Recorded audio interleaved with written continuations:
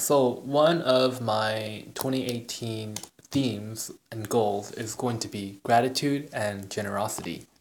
Um, so, this is going to be, I'm just going to be 5 minutes and I'm going to talk about things I'm grateful for. There's two in particular that I really feel grateful for today. But first of all, I want to thank the people who comment helpful advice on my videos. I think that's great to leave the advice and stuff. I'm like, a lot of times I'm thinking like, who even watches these videos? It's not entertaining. It's not like I'm funny. I'm telling jokes. People aren't watching because I'm like beautiful and good looking. I'm like, what kind of person watches my videos? But people do, and it's cool because I get feedback from them and they give me support about stuff like car buying and stuff. So I really appreciate that. All right, so let's talk about what I'm grateful for. The situation was I saw this great car on Craigslist, and the problem was this guy didn't own the car. There was a lien on it, which meant the bank owned the car. From what I understand, how that works, semantics. So I was kind of trying to figure out like, okay, so how does this work? And I decided to call, what is it called? So I was trying to call it DMV yesterday. I was calling Florida DMV, California DMV, but I was put on hold and I didn't get anyone. And I was like, crap, like, who can I ask about this? Because I looked on the website and like every website said something a little bit different because I think every loan might be a little bit different. Every situation might be different. So this morning I had an idea. I would call Chase Bank. And the guy at Chase Bank is, of course, a lender. Hello, Marisol from Rhode Island. Hello.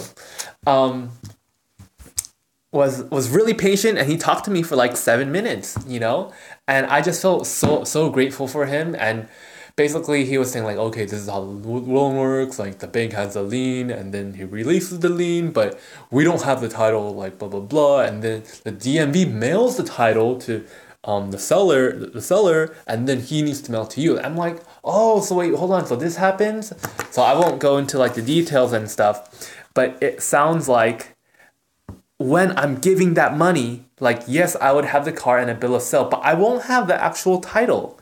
Tamzine in South Dakota. Whoop whoop. Hello, I've never seen you guys before. Well, hello. Maybe it's because I'm doing this in the week or not the weekend, but yeah, cool. And I was just really grateful because I was like, man, this guy is so friendly. He's patient. And because he's at a bank, he's probably not that busy at like 9 a.m. in the morning. And it was cool getting advice from him about the auto loan because that's what the loan was. And then another person that I was able to call was this company called Car Titles, like .com. And basically, there's a bunch of YouTube videos and they give free advice. And there's a service that they charge, but it doesn't apply to me. But this lady called me and, she gave me advice for like 7-8 minutes. And I was like, okay, this is my situation. And she was saying like, yeah, if it's on Craigslist, basically, after you pay the guy the money, you need to trust in him to send you the title. And you usually, unless he's like a friend or something, like, or a family member, usually after you give the person the money, it's like, it's hard to email them, it's hard to call them, they don't respond, they don't have the what is it called, the motivation or incentive to. And then I was like, you know what, I think you totally answered my question. This is what I needed to hear. I don't think this is a good idea. And I was just really like, dang, I'm glad these people were here. And it was a really difficult decision for me to make because this was a fantastic deal. It was a fantastic deal, but I didn't really like the guy. He wasn't really flexible. He was kind of a dick. I think that's how to say it. Like, he was really stingy. Like, he basically lost the sale by refusing to do a $30 oil change on the car. So one of the other things I'm trying to practice is generosity, and I want to talk about that for a sec. And generosity, not just as in like giving people things, but like, let's say someone else is right and it's letting things go. I think that's what I mean by generosity. In Chinese, we call it 大方 or 大量. It means like you're very like the big Buddha, just like you're chill, you're okay with it, you're generous with it. And that's what I'm trying to practice. I'm not really good at. So basically, um, this car is about 18 months old, and in theory, manufacturer recommends you change the oil every 6 months. And this guy only did one oil change for 18 months. So I'm like, by the way, your car seems really under maintenance. You're going to get this oil changed. Please do one more maintenance before you sell the car to me. And then he was kind of arguing like, hey, like I don't need to do that many oil changes. I only need to do to it every 5,000 miles. Like nowhere does even Consumer Reports says that. And then I emailed him back, after doing some research, and it's like, okay, I have a link from Consumer Reports saying that you're supposed to do oil changes every 6 months, even if you don't drive that much.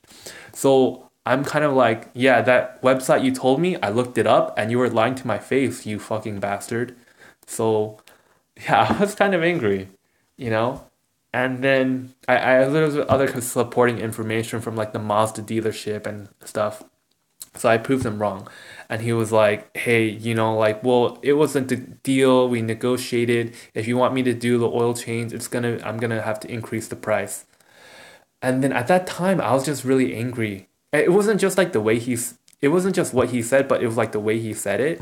He was acting like he was doing me a favor. And then I wrote down this email, but I didn't send it out, because I didn't feel like it was a good idea to send it at the time.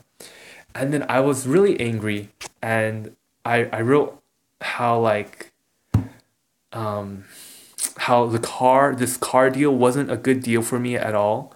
That I need to pay $1,000 to ship it across, and I need to do this and that, and the car wasn't that in good condition, and blah blah blah. And there was just a lot of angry. It was like an angry email. And then I was like, do I really want to write this email? Like, do I really want to do that? Because I kept on thinking like, what would my friends do? And then I feel like my friends who are really generous, they would like let it go. It wouldn't really bother them that much, but it really bothered me. So, but I was like, I want to make this decision. Should I really just let my anger take over, or should I let it go? And I decided to let it go, and focus on the bigger picture. And the bigger picture was the financing issue about the loan. And yeah, I was like, yeah, I think I'm not buying the car because you're a dick. I'm not buying the car because of this technical loan issue and the title transfer, and I'm moving out of state and I don't have enough time. It just seems way too complicated. It's not a simple thing. And for that reason, I let go of the vehicle and I turned down the offer. So yeah, I don't know, man. Just wanted to talk about gratitude and generosity. Like last year, my theme was being less angry, and this year my theme is gratitude and generosity. And let's see where we're going with that. And okay, so if you're watching this video and you know anything about buying a car with a lien on it or with a loan on it, feel free to leave your experience in the comments below.